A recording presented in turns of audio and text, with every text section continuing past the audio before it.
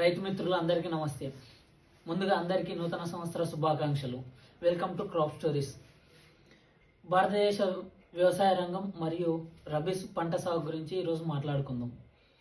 భారతదేశానికి వ్యవసాయం వెన్నుముక్క లాంటిది. ఈరోజు రబీ పంట సాగు గురించి తెలుసుకుందాం. రబీ సీజన్ డిసెంబర్ 26 నాటికి 614.90 లక్షల హెక్టార్ల సాగు చేయడం జరిగినది. గత సీజన్తో పోల్చుకుంటే 1.1% పెరిగినది. ఇందులో ముఖ్యంగా వరి, గోధుమలు మరియు మొక్కజొన్న పంటలు ఎక్కువ సాగు చేస్తున్నారు.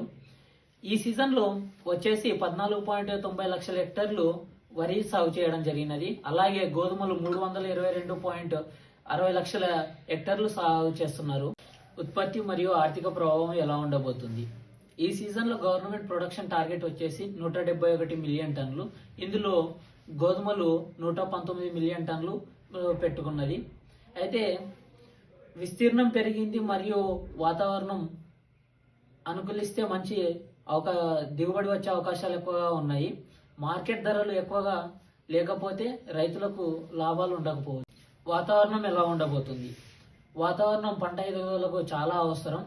అయితే వాతావరణం అనుకూలిస్తే మంచి దిగుబడి వచ్చే అవకాశాలు ఉన్నాయి. ఈ అన్నిటిని చూసుకున్నట్లయితే వాతావరణం పంటకు ఈ సీజన్లో మంచిగా అనుకూలిస్తున్నట్లు కనిపిస్తున్నాయి. అలాగే ఎన్నో నివేదికలు చెప్తున్నాయి.